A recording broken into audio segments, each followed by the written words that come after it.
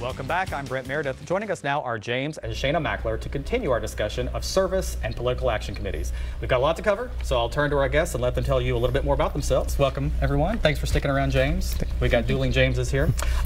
So let's begin with a little bit of background on you both and why the heck you're here. James, how did you decide on becoming a lawyer?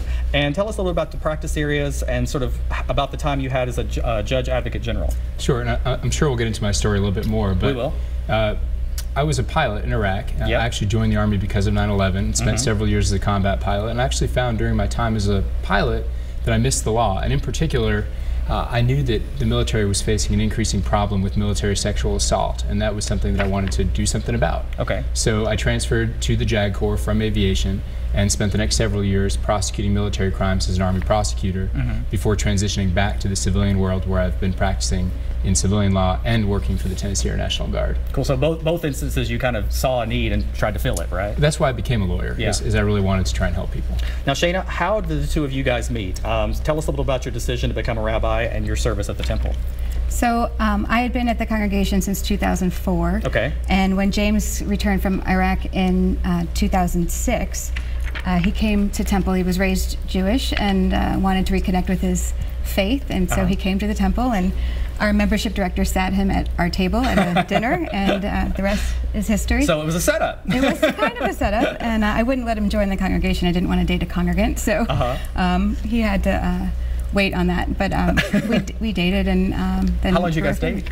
For about 13 months, and we got engaged, and then another year later, and we got married. I think the first couple dates, Shana thought she was showing the new congregant around town, and I sort of knew we were dating. Oh, I see. Okay, Took me a little while. Took you a while to catch up. So let's talk about the beginning of your entry into service and that decision you mentioned earlier to enlist and continue your service.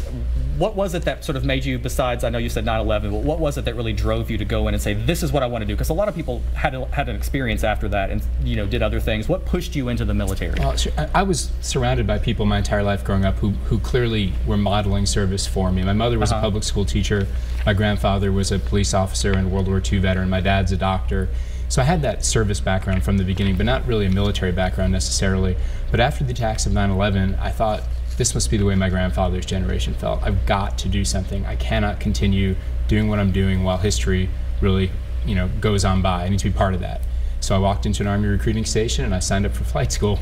Wow. And a short time later, I was flying helicopters for the 101st Airborne Division. How long did the flight school last? It's about a year total training. Okay, interesting. Okay, cool. So that brings us a little bit further along. James, I don't mean to keep talking over you, but part of the reason James is here is you guys have a nice print piece in the Pride Guide coming out this month. Do you want to talk a little bit about how that came together?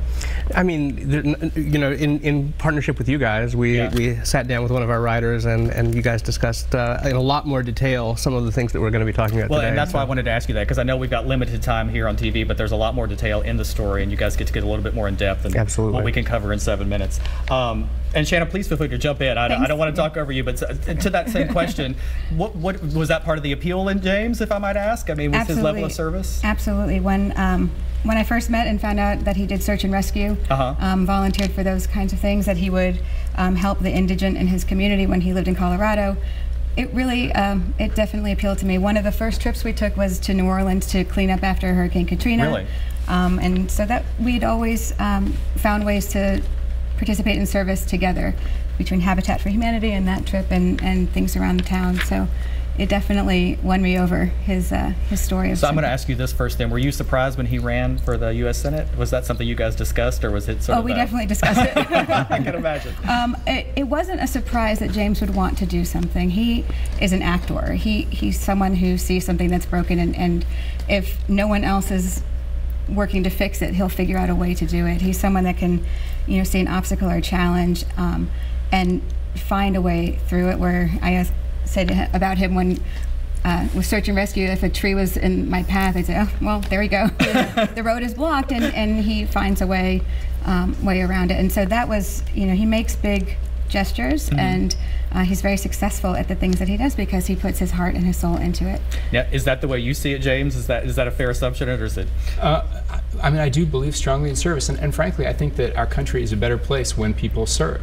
I found in my experience, and I don't just mean military service here, but I found that when you serve a broader purpose, it gives you an exposure to other people. It builds character. It's a chance to live with and learn from, and you know, really just get outside of your bubble. Yeah. It also can be a way to pay for college or a way to learn new skills.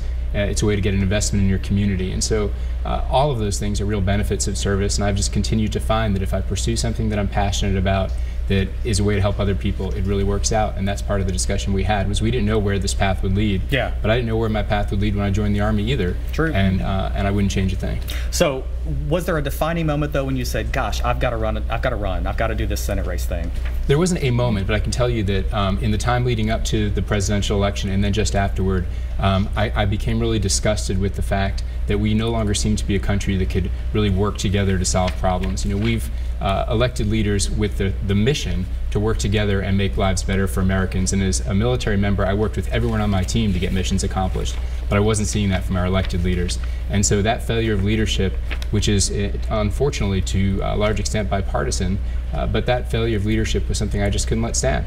Well, and you mentioned your military service and the cohesion there, and I wanted to make sure I asked this because while you were running, you came out publicly with a statement in support, or not in support, of the trans ban, but said, you know, this isn't something we need to be doing. Obviously, I can tell from talking with you why you did that, but would you like to explain to the people watching tonight why you felt so strongly? Because I know that probably was a little bit of an issue with your campaign, right? It was not an issue with my campaign. Okay. No. You know, I believe very strongly that if I speak the truth and people understand my values, they're going to make a decision about whether or not I'm someone they trust to be in elected office.